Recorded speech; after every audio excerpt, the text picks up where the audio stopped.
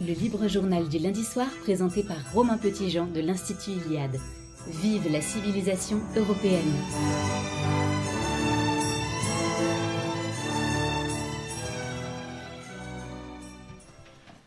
Chers auditeurs de Radio Courtoisie, je suis évidemment ravi de vous retrouver pour cette édition de Vive la civilisation européenne. C'est notre 4e édition, à force ça commence à s'accumuler. La prochaine fois nous nous retrouvons le 25 décembre, donc nous enregistrerons au préalable l'émission. Alors aujourd'hui un thème qui nous tient tout à fait à cœur et je sais que ça va toucher beaucoup d'entre vous qui êtes parents ou grands-parents d'enfants, c'est celui de l'école. C'est celui de l'école avec des questions finalement assez directes. À quoi sert notre école aujourd'hui? À qui en profite? Est-ce que tout le monde en profite au même niveau? Est-ce qu'elle est adaptée aussi aux défis qui se posent au peuple français et à la nation? Et finalement, quel débouché elle offre? Autant de questions que nous allons nous poser avec des professionnels de la profession, si j'ose dire. En tout cas, ils connaissent l'institution de l'intérieur. Tout d'abord avec Axelle Girard, qui est directrice de la stratégie du développement de la fondation Kairos, donc qui vise à l'établissement d'écoles hors contrat finalement. Vous êtes normanienne, vous êtes passée par le Conservatoire national supérieur de Paris en violon baroque. Vous avez fait également les cours Florent en art dramatique. Donc là, je me tourne vers Justine qui va nous proposer tout à l'heure une petite scénette. Ça va être très agréable de voir deux experts du théâtre à ce moment-là. Et vous travaillez donc sur ces questions éducatives depuis 2019 en mettant toute votre énergie pour développer l'intelligence collective, mais aussi l'innovation à travers toutes ces initiatives. Walter Aubric, bonsoir. Vous êtes historien spécialisé en histoire des idées et en épistémologie des sciences humaines et sociales. Vous êtes professeur agrégé dans l'enseignement secondaire et vous êtes, je vous connais bien, formateur et collaborateur du pôle études de l'Institut Iliade. Pôle études auquel contribue également le 3e invité pour cette grande thématique qui est Benjamin Desmêlés, qui lui enseigne la politique comparée, après avoir été professeur dans l'enseignement secondaire privé sous contrat et hors contrat, les deux. Il collabore, donc, comme je vous l'ai dit, au pôle études. Il a publié, vous étiez déjà... Ce nom vous dit peut-être déjà quelque chose, puisque ça commence à dater maintenant, mais il prépare certainement d'autres livres. Il a publié et écrit Le nom du peuple, qui était publié aux éditions du CERF, c'était en 2019. Alors il a une particularité par rapport à mes deux enfants précédents, c'est qu'il a, lui, des enfants. Mes deux invités précédents, pardon, vous en avez 3, je crois. Vous avez raison, plus on mûrit, plus on apprend à régresser en certaines circonstances. Oui, je ne parle pas de vous, mais de vos enfants. Non, mais je vous en prie. Bon, donc 3 enfants, c'est intéressant, puisque nous sommes donc... Nous allons faire une sorte d'analyse de cette institution, mais aussi finalement en tant qu'usagers, puisque nous mettons nos enfants à l'école. C'est le cas également de Anne-Laure Blanc, que nous recevrons dans une seconde partie d'émission consacrée donc à la littérature jeunesse, puisqu'elle dirige les éditions Graines de Loup. Elle a 4 enfants, donc c'est le record ce soir. C'est bien, c'est une bonne moyenne. Raphaël Emma, lui, c'est un jeune activiste provençal. Nous le retrouverons pour sa chronique Perspective identitaire tout à l'heure. Justine qui est à mes côtés. Je vous salue Justine, comment allez-vous? Très bien, et vous Romain? Ça va fort bien. Bonsoir à tous. Alors, vous n'avez pas encore d'enfants, mais vous y travaillez là très fortement, puisque vous êtes à votre 5e mois, c'est ça? 8e. À 8e. Bon. Et merci d'être avec nous. C'est pas tout à fait pareil. Merci d'être avec nous au 8e mois. Et enfin, Pierre Le Prince qui nous proposera ses chroniques musicales. Je sais qu'elles ont toujours beaucoup de succès, enfin en tout cas ne laissent pas indifférentes. Vous avez 2 enfants, c'est ça? Tout à fait. Qui sont dans le primaire, secondaire? Primaire pour l'instant. Primaire, bon. Alors, merci à tous d'être ici. Donc, le titre, c'était L'école à l'abandon. D'une certaine façon, c'est vrai que sans être, moi, un expert de l'institution, du mammouth, comme on l'appelle, de l'extérieur, il y a quand même un sentiment de déclassement de notre éducation nationale, d'un certain affaiblissement. Je pense qu'on ne peut pas le nier, encore faut-il savoir de quoi il s'agit. Donc tout d'abord sur le niveau scolaire, qui est quand même un baromètre qui me paraît quand même important. Je crois qu'il y a un certain nombre de barèmes internationaux et nationaux qui permettent de mesurer ça. Alors comment se situe l'école française Axelle Girard? Est-ce que sur cette question-là, on régresse et est-ce qu'on peut le mesurer réellement? Oui, bonsoir. Alors, effectivement, il y a des chiffres qui sont parus assez récemment qui montrent que plus de 50% des élèves français arrivés en quatrième, ne maîtrisent pas les fondamentaux du français et des mathématiques. Aujourd'hui, on a un ministre de l'Éducation qui se montre très inquiet face à ces chiffres. Et je crois qu'une chose qui est assez marquante, c'est que pour la première fois, on a quelqu'un qui pose un constat et qui prétend s'attaquer aux mots de l'école française actuelle. C'est déjà quelque chose d'assez encourageant. En tout cas, le constat est posé. Pour ne parler qu'en termes de niveau et de façon très objective. Et concrètement, il a déjà esquissé des pistes de cause à attaquer, ce ministre de l'Éducation, ou ça reste flou tout ça? Très récemment, il a mentionné la question du redoublement. D'accord. Et il a expliqué qu'il fallait s'attaquer à cette question de façon courageuse en disant que le redoublement n'était pas une chose taboue et qu'il fallait, contrairement à ce qui a été fait ces dernières années, oser faire redoubler les élèves. On est quand même passé d'un taux de redoublement, je crois, de 13% à 5% depuis un décret de 2014 qui prétend faire du redoublement quelque chose d'exceptionnel. Donc je crois que le ministre veut s'attaquer à ça et veut dire que si on arrive à un certain niveau sans maîtriser les fondamentaux, eh bien il faut redoubler. Donc il s'attaque à la fois à l'esprit finalement qui règne dans l'école et auprès des familles, et aussi une technique pédagogique finalement qui est le redoublement. Vous, Walter Aubric, sur ce constat du niveau de l'école, est-ce que vous prendriez d'autres critères pour juger de sa qualité ? Moi, les critères que j'ai pour en juger sont d'abord des critères de la pratique, de l'observation empirique dans ma profession, dans mon exercice professionnel au lycée, donc. C'est relativement difficile de distinguer quelles sont les causes du problème, quelles sont les conséquences.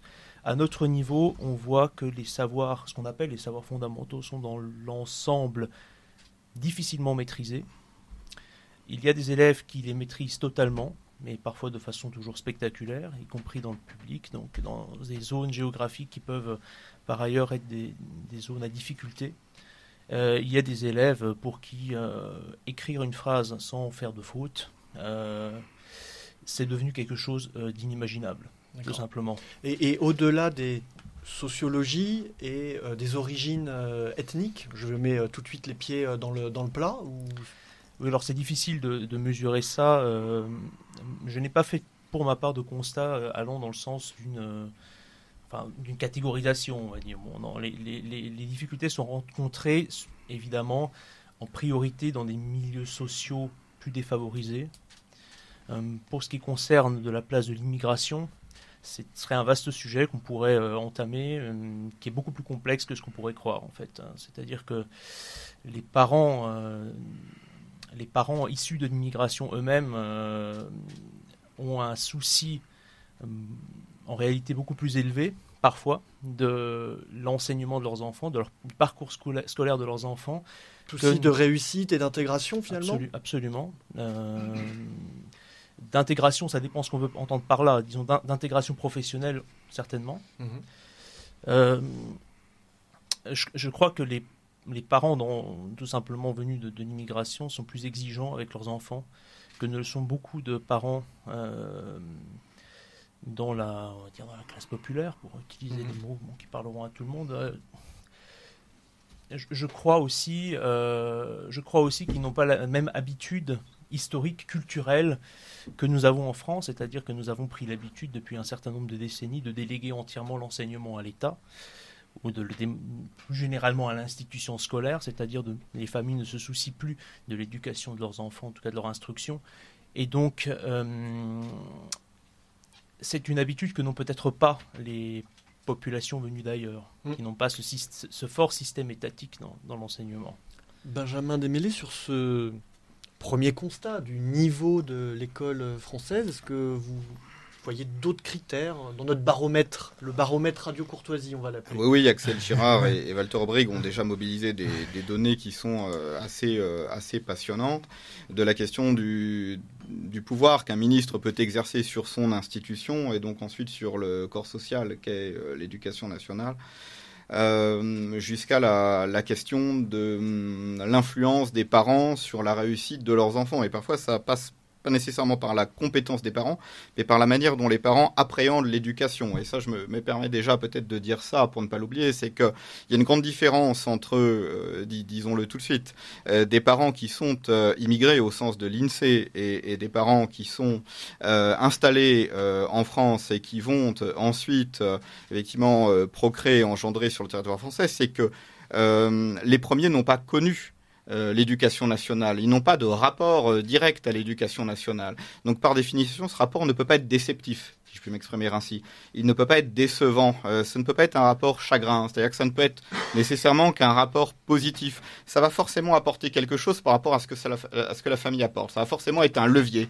Ça ne peut pas être à un moment donné une voie où il faudrait, si possible, ne pas aller. Pas du tout. Et là, je me permettrais de citer des statistiques, j'en conviens, tout à fait artisanales, mais on peut ensuite les corréler à des études macro réalisées par l'éducation nationale elle-même, et même pas par des sociologues qui seraient absolument indépendants. C'est que lorsque j'ai eu la possibilité de consulter des listes d'élèves, là encore en me basant uniquement non pas sur l'ethnicité mais sur le patronyme ou sur les prénoms, j'ai pu voir qu'en effet, dans certains territoires de la banlieue parisienne, vous allez avoir dans une classe de voie générale 85% de prénoms prénoms de type maghrébin, africain, essentiellement d'Afrique de l'Ouest. Et lorsque vous allez vers les classes SECPA, vous allez avoir 75, 80, 85% de prénoms qui a priori évoquent plutôt une origine familiale qui relève de l'Europe de l'Ouest ou de l'Europe du Sud-Ouest, en tout cas, parce qu'il y a aussi cette particularité en particulier avec le Portugal et l'immigration après 2008. Donc ça, c'est des facteurs qu'on peut voir. La manière dont dans la famille on voit l'institution, qu'on ait ou non des compétences X, Y ou Z, ça surdétermine la réussite de l'élève. Parce que quand il est ensuite devant son enseignant, il a une certaine manière de voir les choses, il a une certaine manière d'appréhender le savoir. Et là encore, peut-être, vous voyez, je me permettrai de dire ça avant de vous laisser bien volontiers la parole, c'est que si on veut vraiment travailler sur ce problème de l'image, quand vous êtes dans une famille où le père il est artisan, il est ouvrier, il est petit employé, bricoleur, etc. Quand ensuite vous allez vous retrouver devant une femme, puisque c'est 2 tiers de femmes dans l'enseignement en France, c'est pas le cas dans tous les pays d'Europe, hein, ça c'est aussi un facteur. Quand vous allez retrouver devant une femme qui va vous expliquer que Balzac c'est plus important que de changer le chauffe-eau ou le thermostat, mais c'est peut-être pas si évident que ça en termes de représentation. Comment vous vous construisez en tant que jeune garçon tout particulièrement? Ça c'est aussi un sujet. Donc on est une institution aussi qui est très féminisée, avec un décalage par rapport à la culture féminine qui est énorme. Et évidemment, je le dis pourquoi ? Parce qu'on évoquait l'immigration. Plus vous allez vers les milieux immigrés, plus vous allez en vérité vers les classes populaires. Et plus vous allez vers les classes populaires, plus vous allez vers ce problème entre culture ou image féminine, masculine. Et plus vous allez avoir un décalage entre l'image masculine qui est survalorisée dans le foyer, qu'elle soit présente ou pas présente, et plus vous allez avoir justement une difficulté à retrouver cette image-là quand vous allez être en cours pour étudier Balzac, Victor Hugo, que sais-je, ou etc. Donc il y a un problème ethnique, culturel, au sens culturel. Il y a un problème si vous voulez, de genre, de sexe, etc. Mais c'est un problème aussi social dans le fond. Et oui, peut-être... vous évoquez finalement les déterminismes Oui. et les facteurs extrascolaires qui rentrent... Qui sont primordiaux. Voilà, qui rentrent directement au cœur de l'institution. Donc, vous avez parlé de l'origine ethnique, vous avez parlé des classes sociales. On peut peut-être parler aussi, moi je le vois dans ma ville, mon fils est donc en CM1, c'est la puissance de la télé, de la télévision qui rentre vraiment dans les écoles, et tout l'imaginaire qui est partagé par les élèves dans la cour de récréation et pendant et entre les cours, c'est pour évoquer la télé. Donc ça, c'est un facteur extrascolaire assez puissant. Enfin, je ne sais pas de quelle façon ça rentre aussi dans vos classes, la télé. Je dirais pas la télé en particulier. En CM2, c'est compréhensible. Avec des élèves de lycée, la télé joue un rôle beaucoup moins important, évidemment. En revanche, les réseaux sociaux, évidemment, tout ce qui passe par le smartphone, en fait, joue un rôle considérable. TikTok, etc., tout ce que vous voulez, Instagram. En tirant vers le bas ? Ça, c'est quelque chose qu'on peut que très difficilement estimer, en réalité, en tant qu'enseignant. On sait simplement que ça surdétermine, évidemment, le comportement des des élèves. On sait aussi que ça forme un élément considérable dans la sociabilité des élèves dans les établissements quand ils se retrouvent en cours, et ça forme un des éléments qui subsistent dans la sociabilité à l'intérieur de l'établissement, parce qu'en tant qu'institution, l'école toujours impose quand même un certain nombre de règles de conduite formelles ou informelles que les élèves appliquent, même s'ils ne se rendent pas compte. Ils se conforment à la manière d'être dans une école, mais on voit quand même un certain nombre, on voit évidemment le langage qui transparaît, on voit certains réflexes, certains types de réactions qui transparaissent jusque dans les cours. Alors, cette institution, justement, elle est impressionnante, on la respecte normalement, c'est de moins en moins le cas, elle est moins impressionnante et elle est moins respectée. À quoi est-ce dû ? Alexa Girard. Elle est de moins en moins respectée parce qu'elle ne remplit plus vraiment son rôle. En tout cas, elle ne tient pas la promesse historique qu'elle prétendait tenir, c'est-à-dire finalement lutter contre les inégalités sociales, avant tout. Et par rapport à ce qui vient d'être dit, je crois important de dire que l'un des grands maux aujourd'hui de l'école républicaine, c'est qu'elle n'ose plus dire les choses. Bon, comme on peut le constater aussi pour d'autres instances, d'autres institutions par ailleurs, on n'ose plus nommer le mal. Et donc, quant à ces histoires de réseaux sociaux, effectivement, et de réseaux sociaux, puisque vous avez mentionné TikTok, en fait, voilà, de tous les modèles un peu extra-scolaires au sens premier du terme qui peuvent intervenir dans la formation de l'enfant et dans la manière dont il se perçoit, dont il perçoit aussi ses rapports avec les autres. C'est quand même incroyable de se rendre compte qu'il faut qu'il y ait des drames pour que les pouvoirs publics, finalement, osent nommer les choses et identifier les problèmes. Donc ça, c'est un des problèmes de l'école aujourd'hui, en tout cas de l'école républicaine, c'est qu'elle ne nomme pas les mots, elle les nomme trop tard, on l'a bien vu dans les questions de harcèlement scolaire, et donc après c'est très très difficile. Et c'est une grosse machine, en plus. C'est difficile à arrêter, ou ne serait-ce qu'à réorienter. C'est très compliqué, d'autant qu'avec ces questions de réseaux sociaux, il y a aussi toutes les questions des libertés individuelles, de tous les problèmes que ça pose, et qui sont innombrables pour prétendre réguler tout ça. Alors sur ces questions d'égalité, c'est vous qui avez prononcé ce nom, enfin que c'était un des objectifs de l'école finalement, donc ça passe par la méritocratie finalement, cette égalité. On a compris en filigrane que certains Français, néo-français d'origine étrangère en bénéficiaient. Ils étaient tirés vers le haut par l'envie de réussir, le respect de l'institution, toute proportion gardée. Et c'est les seuls à en bénéficier parce que le reste, cette méritocratie de l'école, il faut bien qu'elle soit, on va dire, enchâssée dans un objectif national avec des besoins pour le peuple, des besoins pour la nation. Qu'est-ce qu'on a besoin comme métier, comme branche voilà. Alors, comment voyez la les question choses ? que vous posez, elle est difficile parce qu'en fait, on est certainement à une époque charnière. C'est-à-dire qu'on est sans doute encore à un moment où, que l'on s'en rende compte ou que l'on ne s'en rende pas compte, on est encore à peu près tous bénéficiaires du système tel qu'il fonctionne aujourd'hui. Je veux dire par là que l'INSEE, ça vaut ce que ça vaut, n'est-ce pas ? Il y a 2 ans, publié une étude expliquant que 57% des Français étaient bénéficiaires du système de ponction fiscale et de redistribution en comptant les revenus de transfert, mais les revenus de transfert au sens large. Donc ça implique la scolarisation des enfants. Et c'est plutôt dans les classes populaires, même de français historiques, qu'on va avoir 2-3 enfants, éventuellement davantage. Donc tout ça est aussi pris en compte. Mais on est à un moment de bascule où tout est devenu à peu près indiscernable. On l'avait vu au moment des Gilets jaunes. D'un autre côté, c'est pas aller beaucoup plus loin, les Gilets jaunes, qu'une révolte. Pourquoi ? Précisément parce que le système continuait quand même, qu'on le veuille ou qu'on le veuille pas, à fonctionner. C'est la même chose pour l'éducation et a fortiori à l'éducation.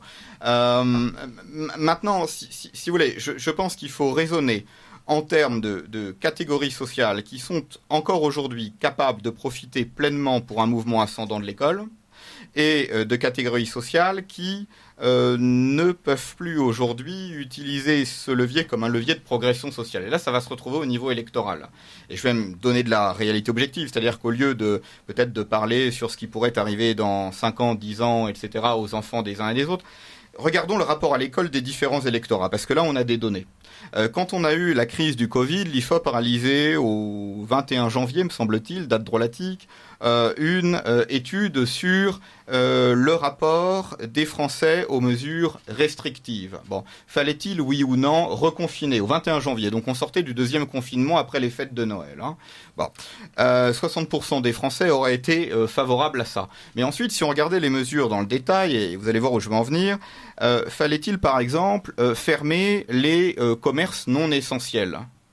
Ben, là, si vous regardiez l'électorat centriste et l'électorat RN, vous aviez des différences tout à fait impressionnantes. L'électorat RN voulait maintenir globalement ses commerces ouverts. L'électorat centriste n'en avait que faire. Ne parlons même pas des chômeurs ou des inactifs pris indépendamment qui, eux, alors là, 70% considéraient que c'était absolument indifférent. Bon, si vous prenez par exemple la fermeture des écoles, l'électorat RN était plutôt plus favorable à la fermeture des écoles que l'électorat centriste, qui pourtant, si on considère la classe d'âge, si on considère le nombre moyen d'enfants par foyer, était un peu moins directement concerné par ça. Alors mes corrélations ne sont pas parfaites, j'en suis parfaitement d'accord. Mais il y a quelle conclusion souhaitez-vous nous en tirer ? Il y a dans la société française des différentiels énormes dans le rapport à l'école. C'est-à-dire qu'un certain nombre de gens, de toute manière, sont partis du principe qu'ils ne bénéficient plus du levier scolaire. Et à ce niveau-là, ils se sont d'une certaine manière, si vous voulez, ils n'investissent plus cette thématique. Et ça se retrouve au niveau de la réussite des enfants. C'est-à-dire, là, quand je vais vous quitter, je vais retourner effectivement dans l'Orne. Hein. Je vais retourner dans l'Orne, un des départements les plus agricoles de France. Hein. Quelle est la catégorie en France qui est la plus rétive à l'école chez les parents ? Mais c'est certainement pas les gens qu'on va trouver à 15-20 km du studio de Radio Courtoisie où nous sommes. Ce sont les ouvriers agricoles qui sont quasiment les plus rétifs à l'école, qui ont la moins bonne image de l'école. Et là encore, bon, voilà, là on passe du macro et de l'étude à l'anecdote. Nous allons, notre fils est au catéchisme, etc. Et rien de bien secret là-dedans. Bien. Le prêtre va demander, paroisse tout à fait conventionnelle, classique, rien de particulier au niveau liturgique, etc. Le prêtre va demander, quel métier voulez-vous faire ? Vous allez avoir 2, 3, 4 enfants qui disent agriculteur. Où est-ce que vous allez trouver ça ? Donc il y a une reproduction sociale à l'intérieur d'un micro-territoire où il n'y aura pas forcément de pratique religieuse dans 5 ans, dans 10 ans, dans 15 ans, mais vous avez des représentations où l'école finalement ne va pas être très importante parce qu'on est dans un micro-milieu, on est encore dans une communauté, mais le problème c'est que cette communauté n'est plus reliée à la communauté générale, qui est devenue un système. Et là, très très rapidement, c'est un système depuis très longtemps. Mais pour le pire et pour le meilleur. 1944. On a effectivement René Capitan qui va influencer la Constitution, qui va même influencer la Constitution d'Israël à partir de Carl Schmitt. Autre débat.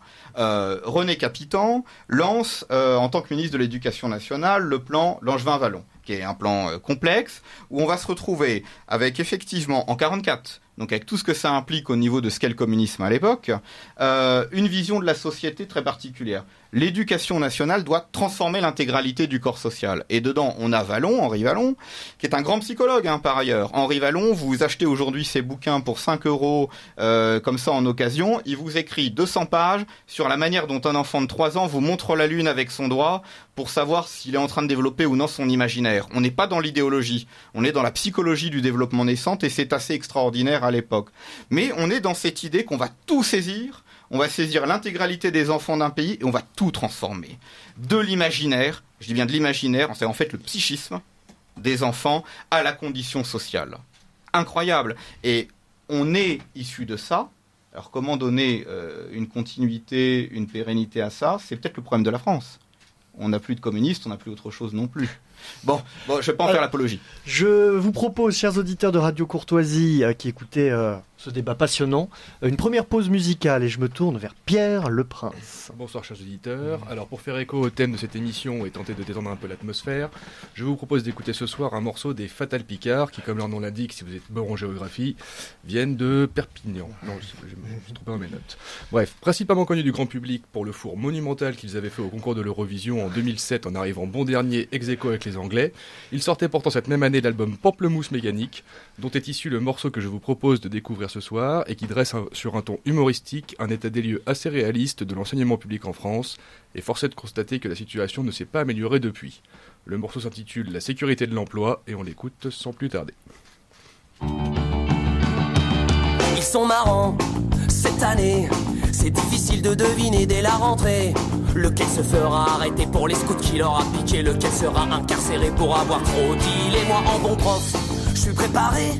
Un peu de maths et de français, du kickboxing, du karaté. Tant pis pour la géographie, ceux qui connaissent de l'Italie, c'est juste vaguement les spaghettis et Rocco Siffredi. Au programme de cette année, en français faudrait arriver à lire tout un livre en entier. Mais même d'Armand et Marc Lévy, y a plus de 100 mots de vocabulaire. On sera toujours à lire la préface même après l'hiver. Et mon voisin me voyant me dira bande de feignants. Alors vous êtes déjà rentrés, vous savez pas ce que c'est de bosser. Avec vos semaines de 20 heures, vous bossez bien moins qu'un facteur. Et dire que je paye tous vos congés. Et puis vous êtes même pas bronzés, sans copie à corriger.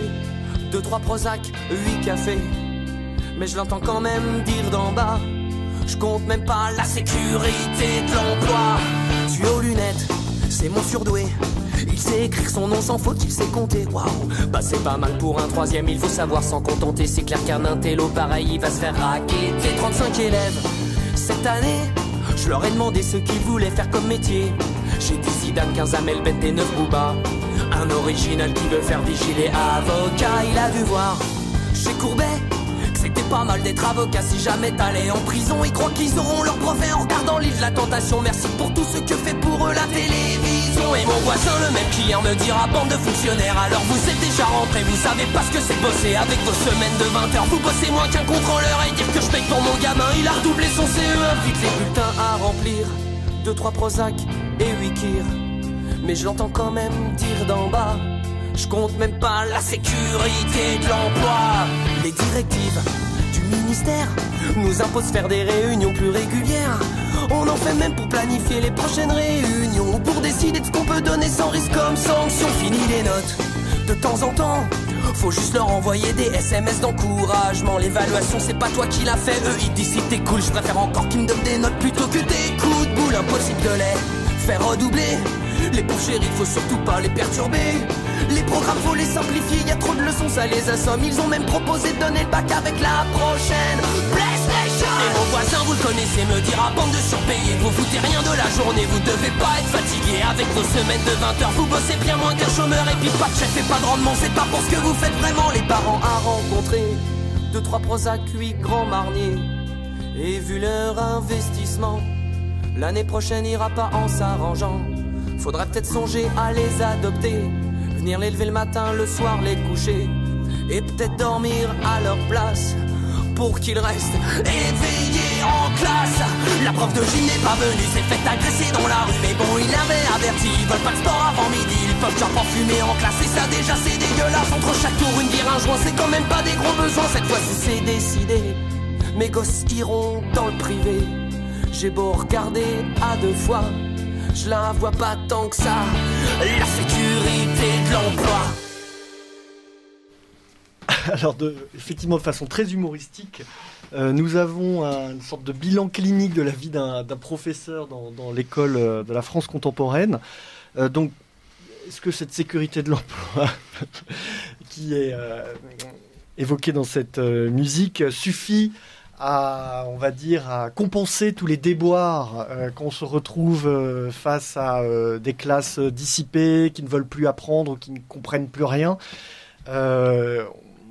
Cette chanson nous rappelle finalement la situation du professeur, et on peut se poser la question, puisqu'on a parlé des facteurs extrascolaires, on a parlé de l'institution, on a parlé des enfants, mais peu finalement des professeurs. Le corps enseignant, quel est-il aujourd'hui? On a vu, j'ai cru comprendre que le recrutement était de plus en plus compliqué, que le niveau même de recrutement des professeurs baissait. Walter Aubric, comment vous voyez les choses, vous, sur cette question du corps enseignant de l'institution? Écoutez, Romain, on compte plus à chaque rentrée, et même en dehors des rentrées scolaires, le nombre de professeurs qui écrivent des livres pour raconter, pour confesser les malheurs de leur métier, et qui est en effet devenu un métier difficile, très difficile, pour beaucoup de gens, parce que l'enseignant est aujourd'hui confronté à des défis qui n'ont rien à voir avec la profession des enseignants que nous avons éventuellement connus, voire des enseignants il y a 50 ans en France. Bon, je crois que ça sert à rien de faire du misérabilisme. être enseignant aujourd'hui dans l'école publique, je parle toujours de mon point de vue, à mon avis c'est une chose tout à fait faisable, c'est une chose qui peut se faire sans grand problème. On peut affronter les défis de ce métier avec sérénité en réalité. Car c'est un sacerdoce. Car c'est une forme de sacerdoce, oui. Et on peut même l'affronter quand on ne le prend pas comme un sacerdoce, figurez-vous. Non, plus sérieusement, je crois que la grande difficulté auquel sont confrontés les enseignants, c'est qu'il y a eu un changement structurel dans ce qu'est l'enseignement, en fait. L'école, au moins depuis la réforme Haby, a changé de nature, en réalité. Elle s'est adaptée à des projets structurels dans la société. Concrètement ? Pour répondre à des besoins différents, mais tout simplement, aujourd'hui, former des lycéens, ça ne sert plus à la même chose qu'il y a 60, 70 ans. Aujourd'hui, former des lycéens, c'est pour un travail dans le tertiaire tout à fait ordinaire, qui n'a absolument qui présente aucune difficulté particulière en réalité. Mais tout comme ça peut former la porte d'entrée pour une grande école. Donc, devant ce problème et l'ampleur des défis que ça génère pour l'enseignant, c'est-à-dire la grande diversité d'élèves, de types, de profils qu'on voit dans les classes, entre celui... moi j'ai eu des élèves l'année dernière, j'ai une élève qui a intégré Louis le Grand à Paris, et j'ai des élèves qui ont avec difficulté obtenu une place dans une école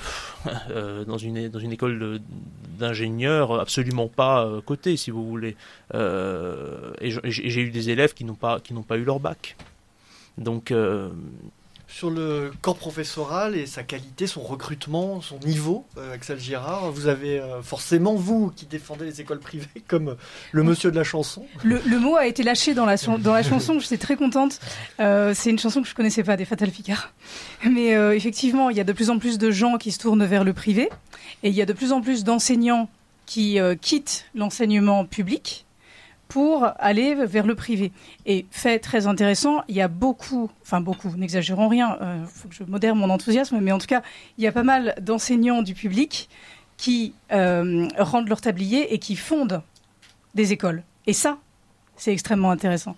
C'est-à-dire qu'on a des gens qui passent par cette crise de la vocation, qui traversent un moment compliqué, et puis qui se disent finalement, je lâche pas l'affaire, je raccroche pas et je fonde mon école. Mais ça affaiblit l'école publique, du coup. Ça affaiblit l'école publique, pas. Non, je crois pas. Je crois simplement qu'en fait, aujourd'hui, dans la situation dans laquelle on est, d'affaiblissement de facto de l'école publique depuis très longtemps, et c'est pas un ministre, quel que soit son agenda, qui va changer ça, en tout cas pas rapidement. Je crois qu'on est dans une telle crise qu'aujourd'hui, au contraire, fonder une école, ça veut dire, moi, je veux transmettre les fondamentaux.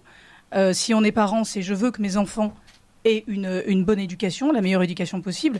Alors évidemment, ça dépend aussi des enfants que vous avez. Si vous avez des enfants qui ont des besoins particuliers, là aussi, leur contrat est fortement indiqué, puisque c'est des écoles qui répondent à des besoins spécifiques, que ce soit des questions de handicap ou au contraire, on peut avoir tout un tas de situations tout à fait particulières auxquelles l'école publique est incapable de faire face.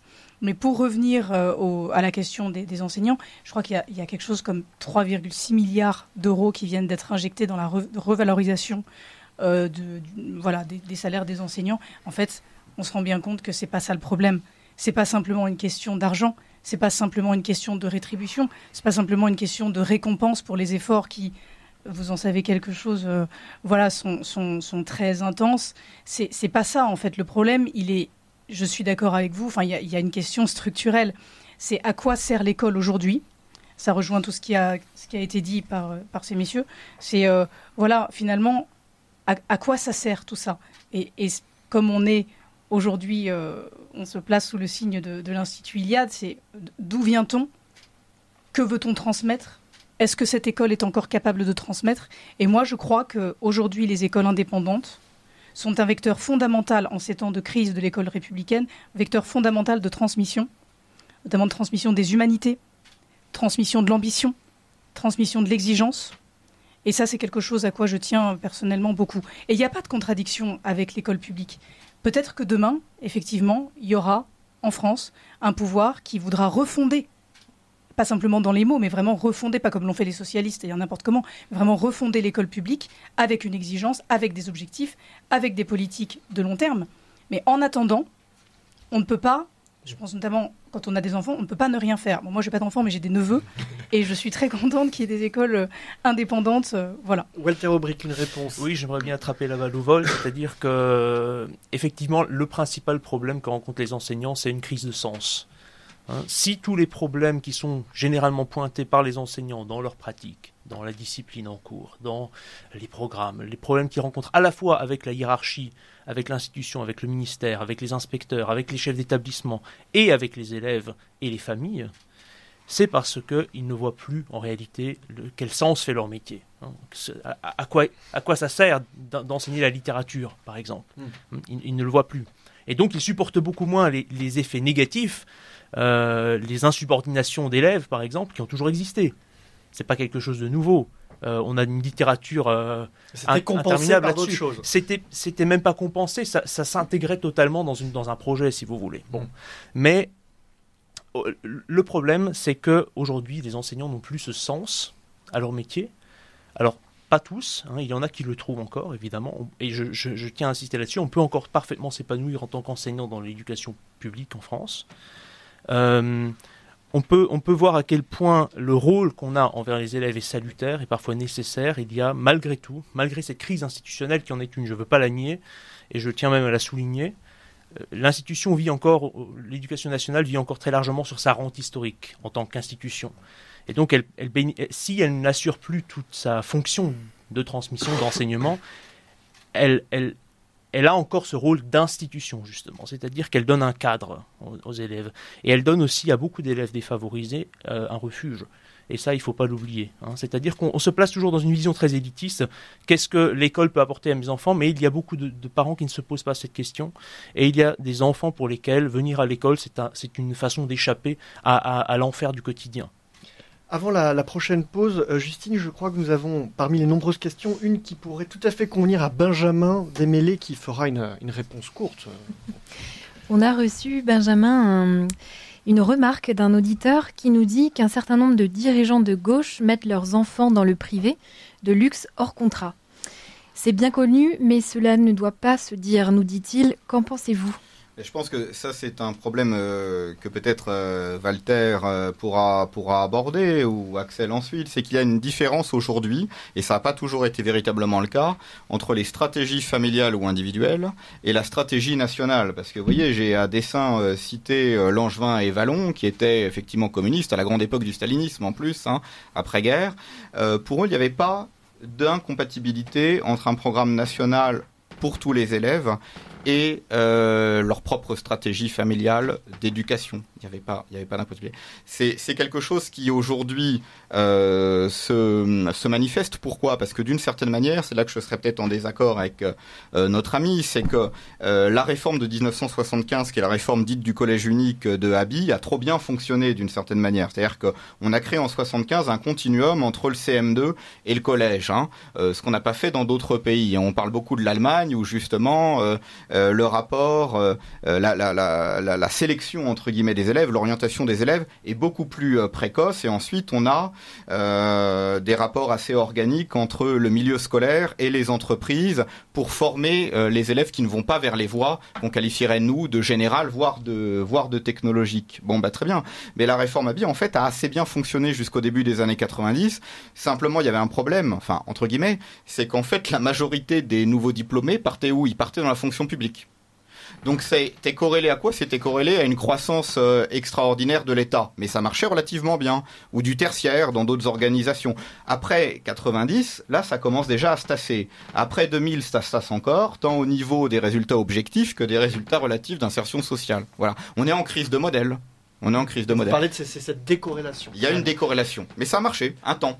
Alors, chers amis, chers auditeurs de Radio Courtoisie, nous allons retrouver depuis la Provence, où il a d'ailleurs été très actif le week-end dernier, puisqu'il a piloté avec d'autres camarades les manifestations en hommage à Thomas, assassiné donc dans la Drôme. C'est Raphaël Emma qui nous propose ses perspectives identitaires.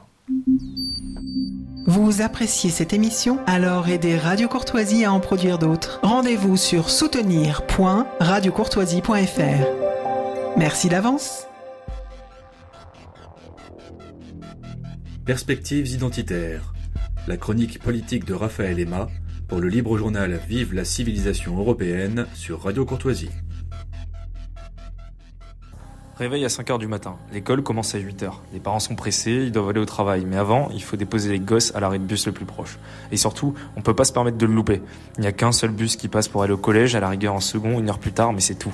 Les gamins sont déposés, ils doivent encore attendre une dizaine de minutes dans le froid. Le seul et unique bus du village se dessine au loin, vieux de 20 ans, affrété aimablement par le département. Il vient pour embarquer comme chaque matin une cohorte de mômes qui se dirige vers le collège de la ville moyenne voisine la plus proche. Les plus chanceux ne sont qu'à 30 minutes de l'établissement. Les plus malchanceux, eux, doivent parfois se cogner 1 heure de route. Le matin et le soir. À la sortie des cours, une nouvelle fois, les collégiens doivent rattraper le bus. Mais comme papa et maman ne sont pas encore sortis du travail, l'allée de la station jusqu'à la maison se fait à pied, au bord de la route, les mains dans un oracle, le cartable sur le dos. Dans les villages de France, chaque soir, on voit les meutes de minots qui rentrent de l'école à pattes, comme un rituel. Arrivé 18h, parfois 19h, à peine le temps de manger et de faire les devoirs, on se rendort, on recommence le cycle.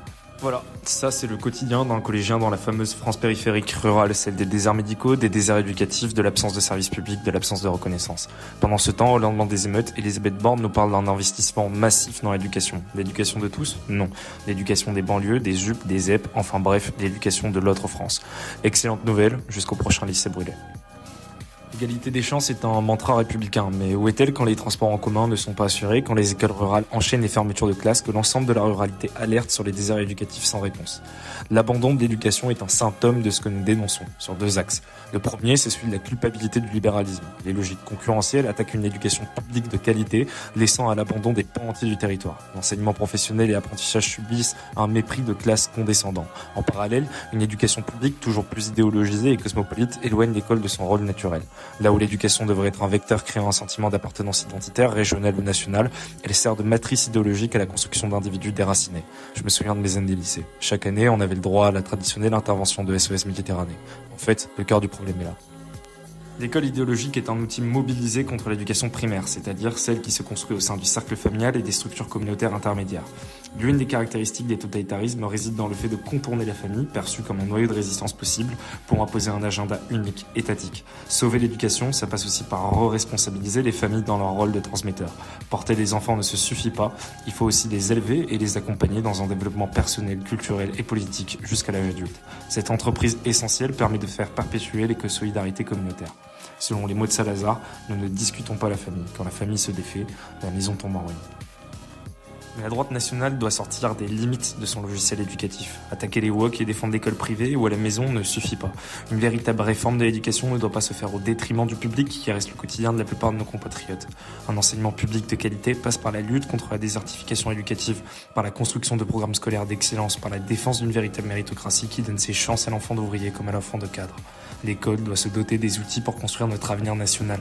Mais conscient du rôle que celle-ci peut jouer dans l'adoctrinement des masses, nous devons aussi défendre les contre-pouvoirs. En fait, c'est une stratégie en 3 cycles, l'un ne pouvant se sacrifier au profit de l'autre. L'éducation familiale qui transmet les valeurs et l'héritage, l'éducation communautaire qui fait prendre conscience d'appartenir à un corps qui rompt avec l'individualisme, et enfin, l'éducation nationale qui offre le sentiment d'appartenance et les outils à la construction du lendemain. À l'heure actuelle, nous ne pouvons pas dresser le procès de ceux qui voudraient sortir leurs enfants des canaux éducatifs classiques, véritable arme de conversion idéologique. En revanche, nous ne pouvons pas nous priver du travail politique, programmatique sur la question de l'enseignement. Construire l'éducation comme un tout et pas seulement par le prisme étatique ou privé, c'est construire des lendemains qui chantent, la transmission de nos valeurs, le visage prochain de notre société. C'est bâtir les représentations, les esprits critiques, les imaginaires. Faire l'impasse serait du suicide politique. Enseigner, c'est transmettre. Enseigner, c'est préserver l'héritage. Nous devons construire notre devoir de mémoire. Alors Axel Girard, je vais me tourner vers vous. C'est vrai que c'est un aspect des choses qu'on n'a pas vraiment abordé, c'est celle de cette école idéologique, où on sent une sorte de propagande. On l'a tous senti, moi je suis bien plus âgé que Raphaël, et effectivement à mon âge, je l'avais déjà. Est-ce que l'école hors contrat privée échappe vraiment à cette école idéologique, cette école de propagande? Est-ce que c'est un échappatoire, comme semble suggérer Raphaël Emma? Vous avez des écoles hors contrat qui sont extrêmement diverses. C'est l'avantage, c'est qu'en fait, quand on choisit de mettre ses enfants dans une école indépendante, on peut choisir son école. Voilà. Donc, vous avez parmi ces écoles, effectivement, des écoles qui échappent complètement à ce qu'on peut appeler, en tout cas des velléités de propagande, d'une véritable idéologie aujourd'hui à l'école publique sur certains aspects. Et c'est une chance. Je ne peux pas vous dire que toutes les écoles hors contrat se ressemblent sur ce point-là. Tout simplement parce qu'elles sont extrêmement différentes les uns des autres. Néanmoins, vous pouvez choisir effectivement d'arracher votre enfant à une certaine propagande pour son bien, et donc en le mettant effectivement dans une école indépendante. Ça, c'est vrai, tout à fait. Benjamin Desmêlés-vous qui êtes à la fois professeur et père de famille, est-ce qu'on peut parler de stratégie d'éducation aujourd'hui entre personnes de bonne famille à proposer aux auditeurs de Radio Courtoisie? Qu'est-ce qu'on peut suggérer comme piste à suivre, puisque tout le monde a réellement envie que ses enfants puissent grandir, apprendre, s'instruire? Alors en fait, là, ce qui est amusant, si vous voulez, d'une certaine manière, c'est que ce que la sociologie, a bien démontré, c'est qu'en fait, pour un certain nombre d'entre nous, nous avons des stratégies, simplement on s'en rend pas compte. Donc c'est ça la grande différence avec beaucoup de milieux sociaux, c'est que quelqu'un qui est professeur n'a pas nécessairement des connaissances extraordinaires, une technicité extraordinaire, une expertise extraordinaire, mais simplement en fait il va transformer sans s'en rendre compte, parce que c'est sa formation, toute scénette de la vie quotidienne en une scénette d'apprentissage. Donc en fait tout va devenir de la pédagogie, de la didactique, etc. Et ce qui fait qu'on va se retrouver avec des enfants d'enseignants qui réussissent au concours aux grandes écoles en tout cas, aussi bien, sinon parfois mieux que celui des cadres, que ceux des cadres. Une forme de reproduction sociale. Il y a une forme de reproduction sociale, alors même qu'en fait, ils n'ont pas forcément consenti les mêmes efforts, le même niveau de précarité au sens d'une tension, d'une prise de risque que beaucoup de cadres. Donc, vous voyez, c'est un sujet qui est à la fois extrêmement simple et qui est extrêmement complexe, parce qu'en fait, nous sommes des animaux sociaux, donc on ne se rend pas compte exactement de ce que l'on est en train de faire. Voilà. Donc à partir du moment où on commence à s'en rendre compte, d'une certaine manière, si vous voulez, c'est déjà trop tard. Donc oui, est-ce qu'il y a des stratégies? Oui. C'est-à-dire déjà à partir de ce petit constat que je viens de faire, qui est un constat qui est perturbant pour nous tous absolument, tout le temps. Il le sera toujours, à quelque niveau que l'on soit de la société. Se le répéter de manière régulière. C'est-à-dire partir du principe que l'éducation d'un enfant, non, ça ne va pas de soi. Non, ce n'est pas évident. Non, ce que l'on transmet, ce n'est pas nécessairement ce qui est optimum à un moment donné, à un instant T dans une société, parce que la société elle est dynamique, elle évolue. Donc c'est pas parce que votre enfant sait écrire sans faute d'orthographe qu'il sera capable demain d'écrire un livre. Il y a des tas de contre-exemples. Donc vous voyez ce que je veux dire. Qui souhaite rebondir? Il n'y a pas d'évidence dans l'éducation déjà. Axel Girard, je vous donne la parole. Tout simplement pour compléter, c'est vrai que moi j'ai fait une grande école, j'ai fait Normal Sup. C'est quand même intéressant de voir que à Normal Sup sont arrivés des gens qui avaient fait leur éducation dans le hors-contrat catholique catho-tradi, comme on dit. Alors, on aime, on n'aime pas, mais effectivement, voilà, ça c'est une stratégie, quand on en a les moyens, quand on veut, on peut mettre des écoles dans lesquelles on peut mettre ses enfants, on est sûr que derrière, effectivement, ils sont bien câblés. Pardonnez-moi pour la trivialité de l'expression, mais voilà, c'est un fait. Simplement. Voilà. Walter Aubry. Peut-être pour donner un peu de champ, si je peux me permettre... Si on fait le constat de la crise de l'institution, surtout du point de vue, à mon avis, de l'enseignement en tant que tel, donc la mission première en fait de l'éducation nationale. Mais ça touche aussi le privé sous contrat dans une certaine mesure. J'ai eu plusieurs retours d'expérience à cet égard qui sont assez confondants. Je crois que nous qui nous sommes habitués à nous délester depuis des décennies du rôle d'enseignant que nous avons envers nos enfants ou nos hypothétiques enfants, nous avons le devoir de, en quelque sorte, nous relester, de reprendre en main cette mission qui est de nous investir dans cette éducation. Alors c'est pas quelque chose d'évident, c'est pas dans nos réflexes, c'est pas dans nos habitudes culturelles non plus. Ça veut dire quoi se réinvestir? Ça veut dire investir du temps. Surtout, ça veut dire investir du souci, des pensées, ça veut dire investir de l'argent, évidemment, comment faire autrement, mais ça veut dire reprendre en main ce qui, normalement, était censé se faire sans qu'on ait besoin de s'en occuper. Et donc, je crois que, à cet égard, aujourd'hui, on peut encore réussir, tout à fait, évidemment, quand on va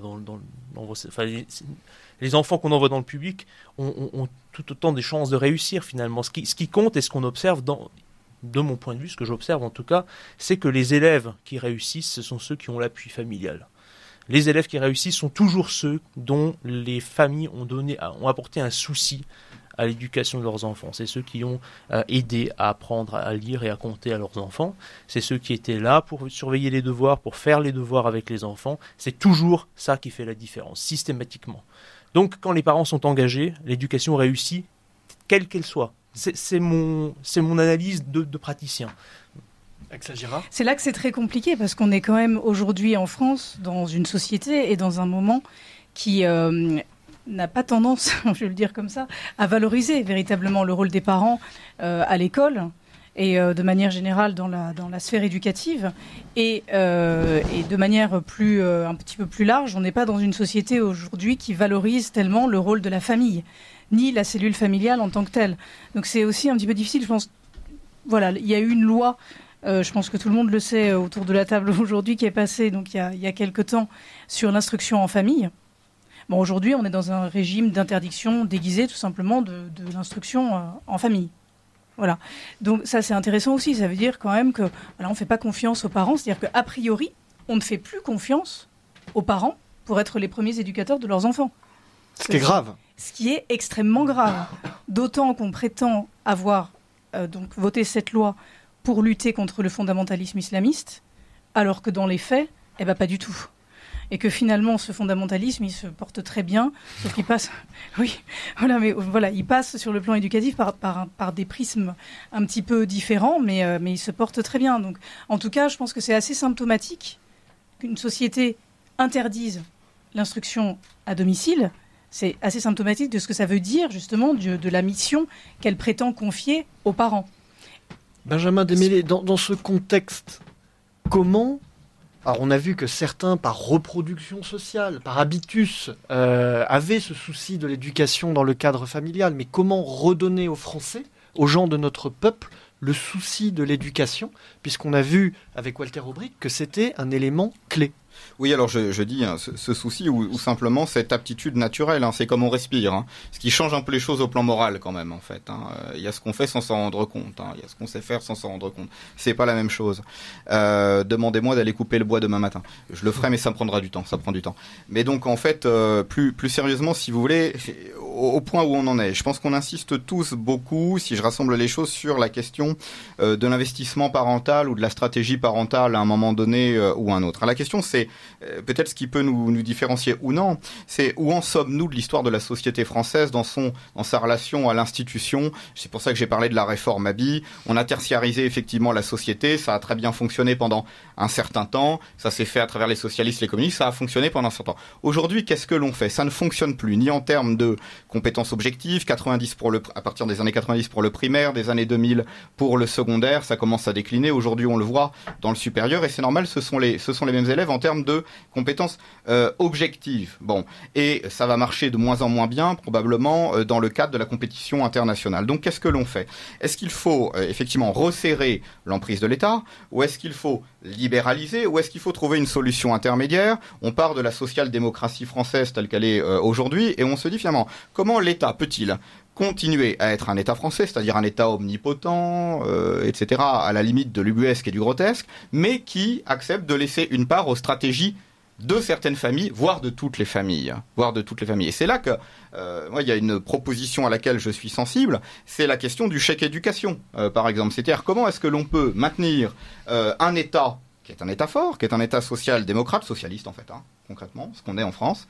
Vous savez qu'aujourd'hui, vous êtes ouvrier, vous êtes employé, vous donnez 50%, vous donnez 49,9%, vous touchez 50,01 selon l'INSEE. C'est à peu près ça, les modélisations selon les années.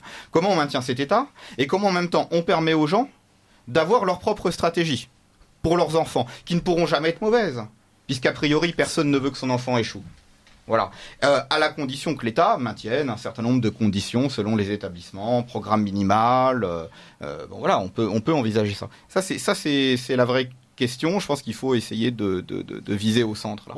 On va d'ailleurs terminer ce débat par des questions. Ça sera forcément des ouvertures. Il y a évidemment ce souci de l'éducation dans le cadre familial. Il y a des perspectives qui sont ouvertes par la Fondation Kairos, dont on peut saluer le travail, par un enseignement public qui, grâce à un certain nombre de professeurs qui ont le feu sacré, comme le camarade Walter Aubric, peut toujours proposer une voie d'éducation, d'élévation à certains élèves de français. Donc autant de questions qu'il faut continuer à creuser. Cette émission est toujours un peu frustrante, un peu courte, hein, je vous avais prévenu. Je vous invite évidemment à vous plonger dans ces questions, à ceux qui le peuvent, à ceux qui nous écoutent, qui ont des enfants, ne délaissez pas cette question, c'est peut-être le message principal. On ne peut pas se laisser voguer et finalement donner sa confiance à une institution publique ou privée. Il faut prendre les choses en main. Ce sont vraiment c'est le combat finalement que chacun doit mener.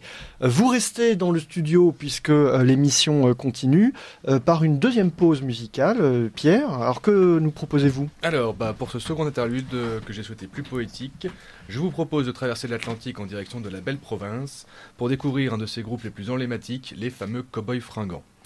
Très engagé pour l'indépendance du Québec et grand représentant de la chanson francophone, le groupe était mené par le charismatique chanteur Carl Tremblay, malheureusement décédé le 15 novembre dernier. Je vous propose donc d'écouter en sa mémoire le bien nommé morceau Les Étoiles Filantes. Bonne écoute et à très vite pour de nouvelles chroniques.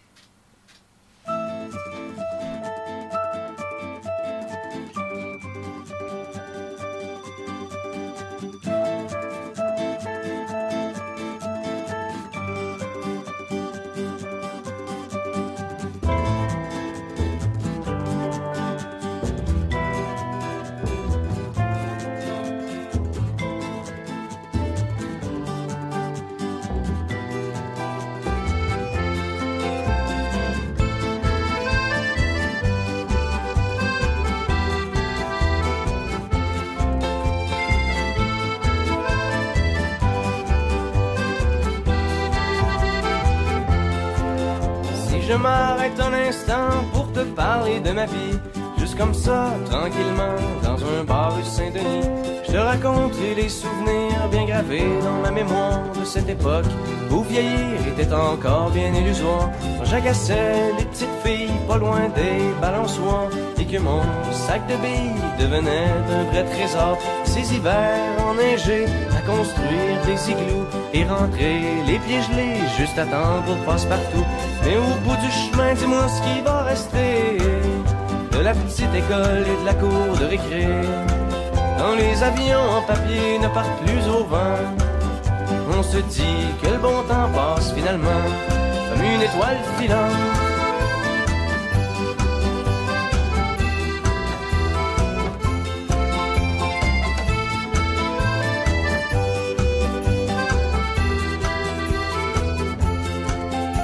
Je m'arrête un instant pour te parler de la vie.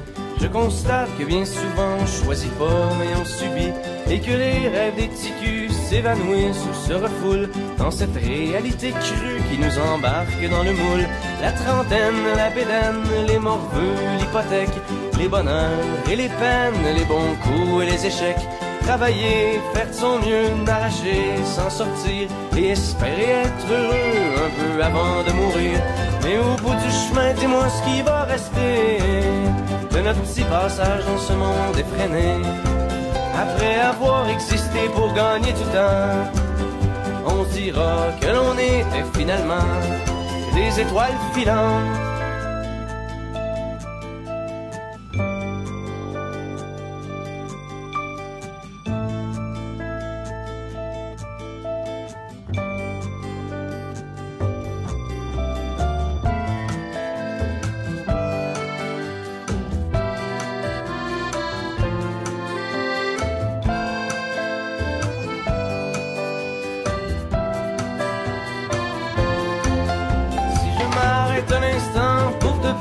De la vie, juste comme ça, tranquillement, pas loin du carré Saint-Louis. C'est qu'avec toi je suis bien et que j'ai plus le goût de m'en faire. Parce que tu sais, voir trop loin, c'est pas mieux que regarder en arrière. Malgré les vieilles amertumes et les amours qui passent, les chums qu'on perd en brume et les idéaux qui se cassent. La vie s'accroche et renaît comme les printemps reviennent dans une bouffée d'air frais qui apaise les cœurs en peine. Ça fait que si à soir t'as envie de rester avec moi, la nuit est douce, on peut marcher Et même si on sait bien que tout dure rien qu'un temps, j'aimerais ça que tu sois pour un moment mon étoile filante.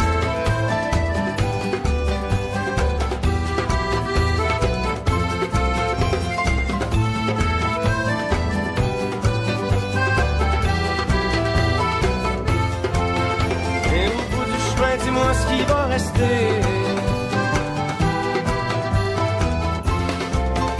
Et au bout du chemin, dis-moi ce qui va rester. Des étoiles filantes.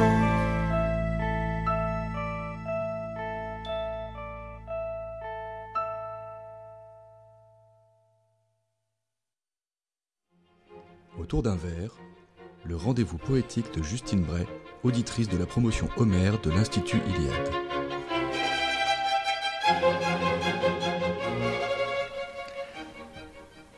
Nous voici de retour dans le studio.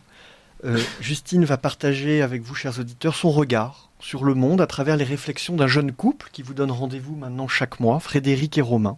Cette semaine, elle vous propose, chers auditeurs, un texte intitulé « La leçon d'éducation ». 8 mois, Romain, déjà, que les vents de Noroît gonflent ma panse, me confondant avec l'oie. Décembre vous entraîne vers la paternité. Pourriez-vous me décrire l'homme que vous serez ? Je connais le mari, à quel père m'attendre ? Un sage, un maître, un docte, un reître, un rustre, un tendre. Comment instruirez-vous nos précieux chérubins ? Leur enseignerez-vous le grec puis le latin ? Ma douce, sans vous vouloir vous offenser ici, vous savez que j'exècre toute palinodie. Ne pouvant présager du futur incertain, je ne peux me confier qu'en termes sibyllins, au sujet des manières à transmettre en chemin que je rêve inspiré de nobles mandarins. Ma curiosité est piquée en son cœur. Développez vos dires, libérez vos humeurs. Frédéric, j'y viens. À vous, mon âme sœur, je détaille sans triche mes vues pleines d'ardeur. Sous ses strictes allures, la figure du cadre n'en est pas moins rieuse envers sa belle escadre. Il saura épaissir ses traits pour l'imbécile, comme effacer ses lignes pour les esprits habiles. Que mes fils ne s'avisent de quitter le foyer pour voir la liberté, louer son expression, sans avoir pour bagage avec eux en pensée l'ample bibliothèque qui orne le salon.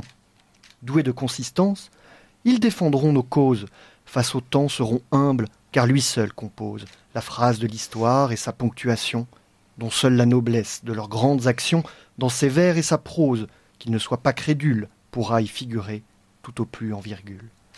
Qu'il soit évident que l'époque les maudisse, quand sur eux fleurira de nos choix l'édifice, qu'ils soient tout aussi sûrs qu'ils recherchent en vain à ce siècle une armure pour vaincre son déclin. Parbleu, j'en suis conscient, je fais preuve d'hybris, arguant qu'ils vêtiront en hiver la justice. Le printemps du courage les enveloppera, l'été, la tempérance du cocon éclora.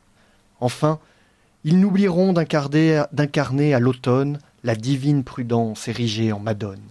Que n'ai-je trop parlé ? Cessons mes bavardages. À vous, ma chère épouse, exprimez vos adages. Eh bien, je crois, Romain, que vous avez tout dit. Je prie pour que ces âmes rencontrent l'harmonie, s'attachent à leur terre et sa philosophie, méprisent les mouroirs et vénèrent la vie. Qu'ils louent les beaux vestiges d'une grandeur passée, en œuvrant en silence pour la mieux restaurer. Qu'ils ne soient pessimistes au toucher du réel, et ne perdent la foi en l'époque cruelle.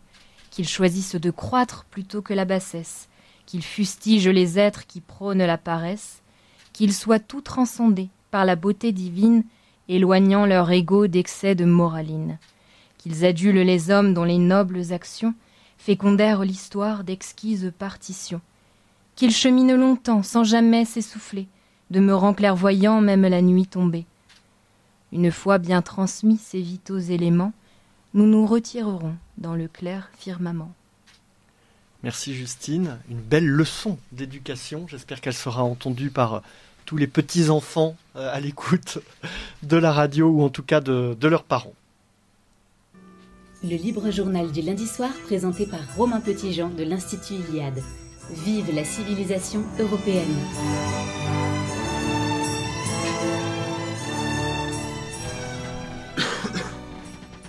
Alors nous retrouvons maintenant, je l'ai dit, une mère de 4 enfants, puisque les enfants finalement sont au cœur de notre sujet. C'est Anne-Laure Blanc qui est directrice de la maison d'édition, la collection Graines de Loup. Est-ce que Anne-Laure, vous m'entendez ?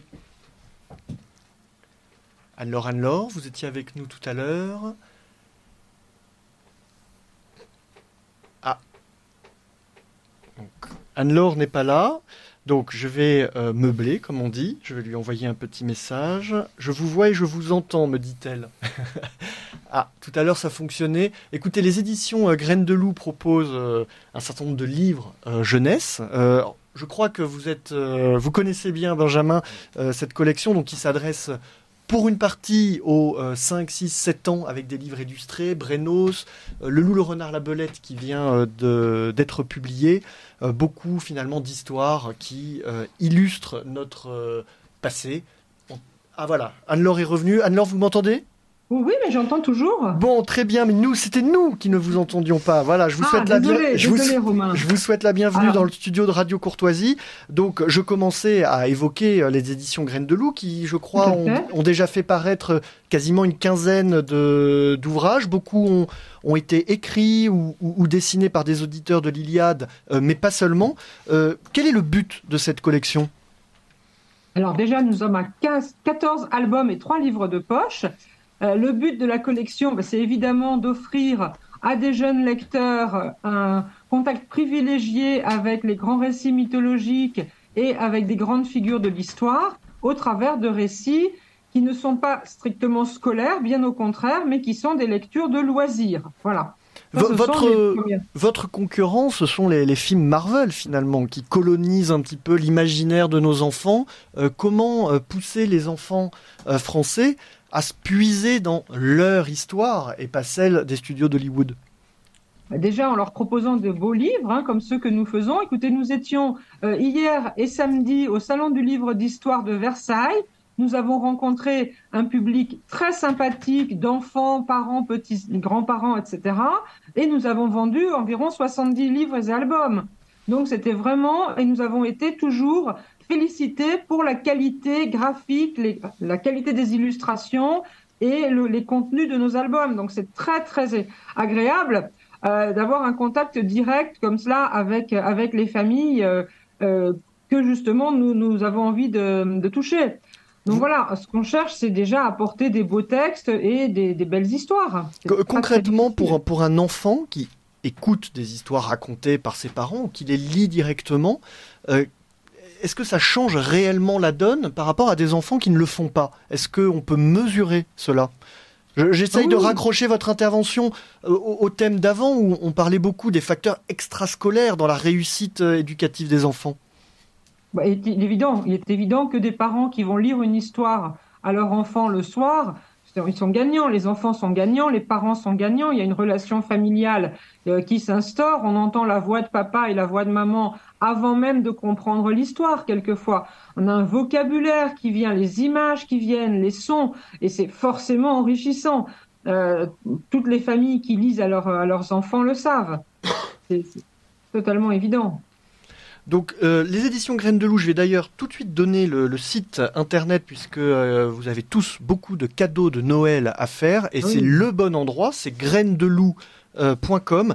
C'est une collection tout à fait sympathique et je dirais vive, saine, les dessins sont très agréables, très plein d'espièglerie aussi, avec, et je crois qu'en tant que directrice de collection, vous faites attention à pas tomber dans un autre travers qui est le côté des fois un peu gnangnan de la littérature jeunesse, avec des histoires avec du relief, du vrai vocabulaire. Est-ce que c'est difficile de trouver des textes à publier ? Alors les textes, pas trop, les illustrateurs, beaucoup plus. Donc si à Radio Courtoisie, vous connaissez des illustrateurs, des illustratrices de talent, pas trop gourmands non plus financièrement, faites-nous signe, on est toujours à la recherche de ces binômes, parce qu'il faut toujours arriver à mettre en contact un texte et un illustrateur. C'est ça qui fait aussi l'intérêt de nos collections, c'est qu'à chaque fois, on essaie de créer un binôme vraiment enrichissant pour que le texte et que l'image n'illustre pas seulement le texte, mais raconte en plus autre chose. C'est ça qui est intéressant. Et franchement, pour l'instant, on a toujours eu de très très belles images et des textes aussi très bien conçus. Je pense à Surcouf, à Napoléon. Le dernier sorti, c'est la première bataille de Guillaume le Conquérant, où on voit ce jeune homme de 15 ans, tout feu, tout flamme, pour reprendre Falaise.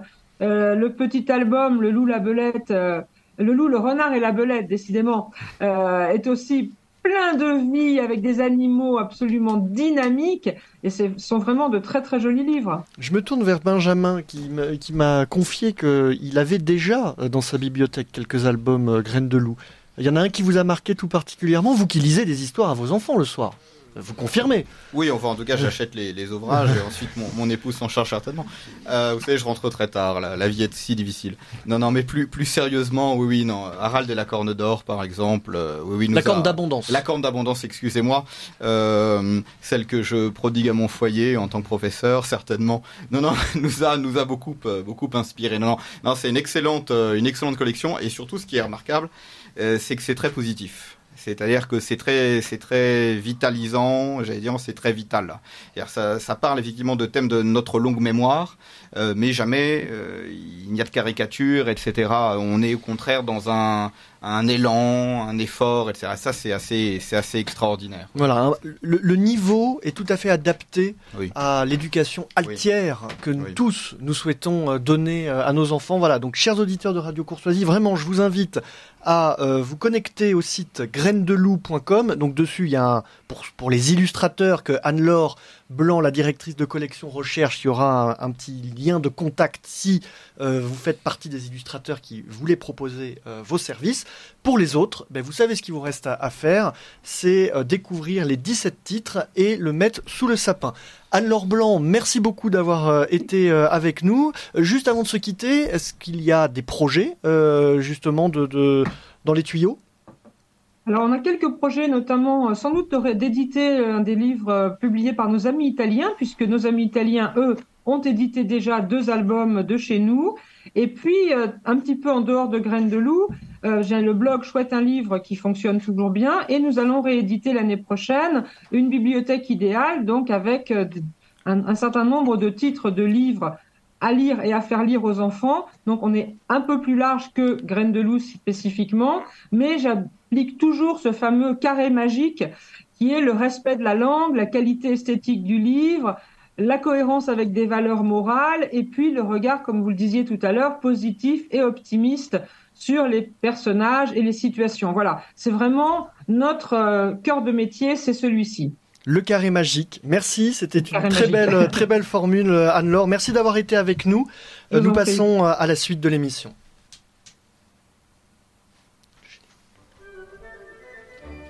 Radio Le Nid, la chronique des entreprises positives et enracinées.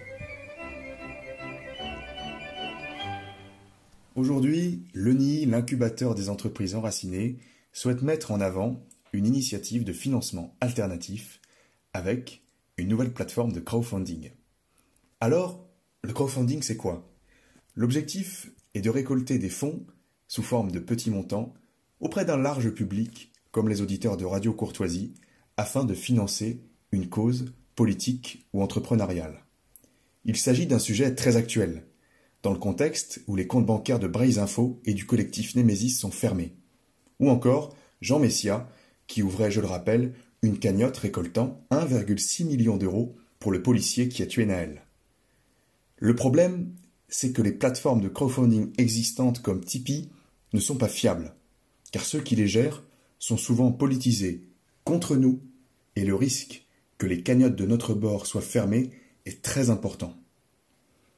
Il apparaît donc évident que la création d'une plateforme pour nos projets est un besoin nécessaire et urgent. Ainsi, cette nouvelle plateforme de crowdfunding, incubée en ce moment par Le Nid, est portée par Fabien, éminent juriste et professeur de droit en Hongrie. Il est venu à la rencontre du Nid avec son projet de créer ce nouveau site de crowdfunding. Nous l'avons accueilli à bras ouverts. Fabien cherchait alors une équipe complémentaire. Le Nid l'a mis en contact avec des membres de son réseau et ils forment aujourd'hui un tandem pour mener à bien ce projet ambitieux. Des grands sujets en matière réglementaire se pose alors à Fabien, afin notamment d'obtenir l'agrément de l'AMF, l'autorité des marchés financiers, délivré au bout de plusieurs mois de longues et fastidieuses procédures. La plateforme, dans ce contexte, pourrait donc ouvrir courant 2024.